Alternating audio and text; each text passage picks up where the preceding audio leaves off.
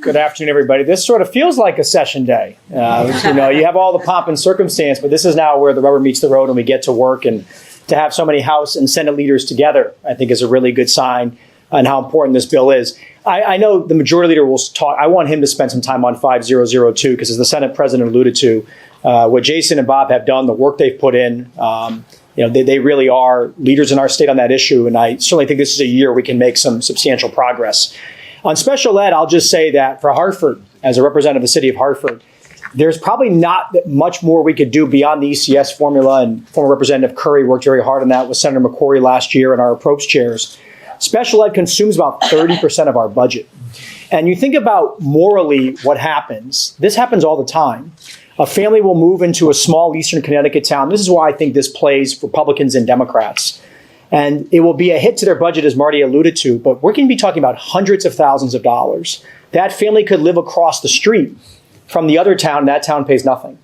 And so at some point, there's a moral obligation for the state of Connecticut, I think, to help towns and also to support these families so they're not forum shopping from town to town on where they can get the best services when they're already dealing with the fact that they have a child going through probably serious intellectual and physical disabilities and their struggle to get a public education here in the state of Connecticut. Or another way to think about it is this. The biggest driver of municipal budgets is the Board of Ed budget. And the biggest driver of Board of Education budgets is special education. I know the mayors from the cities were all here. I told Marty, I joked that when I see all the mayors, I get nervous because they're up to something, and they normally are for right reasons.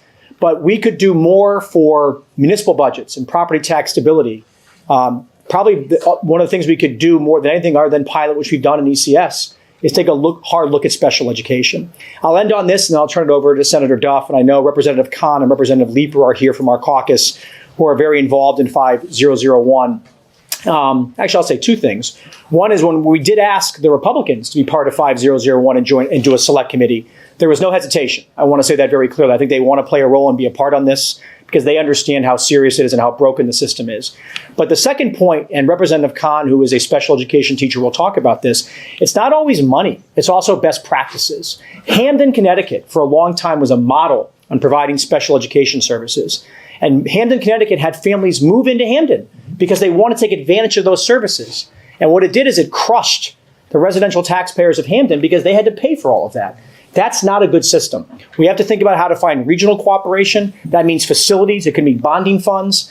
And I think if anyone thinks we're not serious, take a look around. You have some pretty serious people behind you, in front of you, and who couldn't be here today. And I'm just eager to get to work with colleagues and see the great work they come up with.